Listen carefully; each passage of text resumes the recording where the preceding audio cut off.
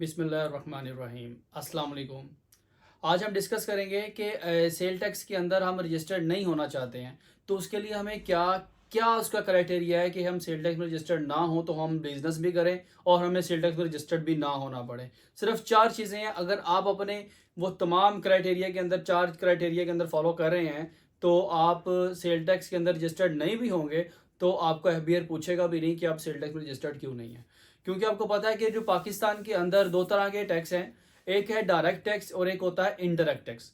Direct tax basically वो होता है कि जो हमारी इनकम पे टैक्स लगता है, ठीक है, जो प्रॉपर्टी टैक्स होता है। ये सारे टैक्स कौन से हैं? ये डायरेक्ट टैक्स हैं, जो जिस पे लगते हैं वही पे करता है। और इनडायरेक्ट टैक्स जो से इसके अंदर हमारे पास सेल टैक्स आ जाता है, हमारे पास एफईडी आ जाती है, हमारे पास कस्टम ड्यूटी आ जाती है। ये वो टैक्स हैं जो रेवेन्यू जनरेट करते हैं। अब जो सेल टैक्स होता है ये बेसिकली आपको पता है कि इसकी टाइप्स हैं। वैसे तो जो स्टैंडर्ड है वो स्टैंडर्ड रेट हमारा 18% है, लेकिन कुछ चीज़ों के ऊपर हमारा 25% है, कुछ पे रिड्यूस रेट चल रहा है 8.5%, कुछ पे 5% चल रहा है, कुछ पे 10% चल रहा है, कुछ पे 0% है, कुछ पे एग्जाम्पशन है। इसलिए ये रेट फिक्स नहीं है, कमोडिटी के हिसाब से इसका जो रेट है वो डिफरेंट डिफरेंट रखा गया हुआ है। अब हमने ये देखना है कि हम लोग सेल टैक्स के अंदर बच कैसे सकते हैं। कि अगर हमारा एक बिजनेस है, हम चाहते हैं कि हम सेल टैक्स में रजिस्टर्ड ना कराएं, तो आप चार चीज़ों को फॉलो कर लें। चार चीज़ें अगर आप क्राइटेरिया पूरा कर रहे हैं चार चार चीज़ों का, तो आप सेल टैक्स में रजिस्टर्ड ना भी हो तो आपका एफबीआर कभी तंग नहीं करेगा। Number one thing,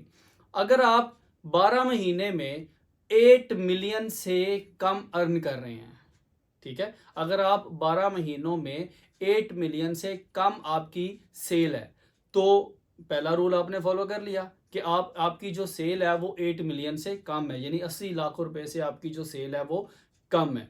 number two, आपके पास जो लेबर काम कर रही है, जो पर्सन काम कर रहे हैं, उनकी जो तादाद है वो 10 से ज़्यादा नहीं होनी चाहिए, वो 10 से नीचे हैं। नंबर टू ये भी आपने फॉलो कर लिया। नंबर थ्री है कि आप जो सा है आपने जिस जगह पे बिजनेस कर रहे हैं वो बिजनेस आपका कमर्शियल ना हो, आपका रेजिडेंशियल बिजनेस हो, रेजिडेंशियल एरिया हो। उसके अंदर ये ना हो कि आपने किसी कमर्शियल एरिया में जाकर बिजनेस कर रहे हैं और आप कहें जी मैंने तो सेल टैक्स में रजिस्टर्ड भी नहीं होना, ये भी गलत है। आपकी तीसरी शर्त यह है कि आप रेजिडेंशियल एरिया में बिजनेस कर रहे हो। नंबर फोर आपके पास है कि आपका जहाँ पर मीटर लगा हुआ है, आप जहाँ पे काम कर रहे हैं वो इंडस्ट्रियल ना हो।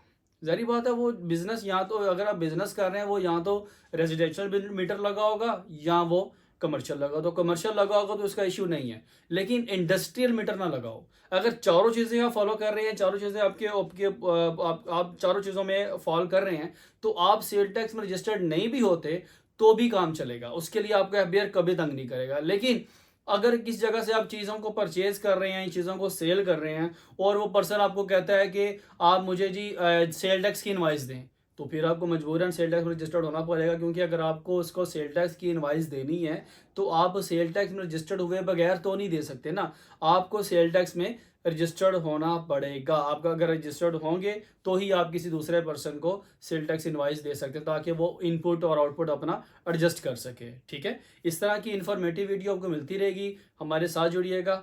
अल्लाह हाफिज़।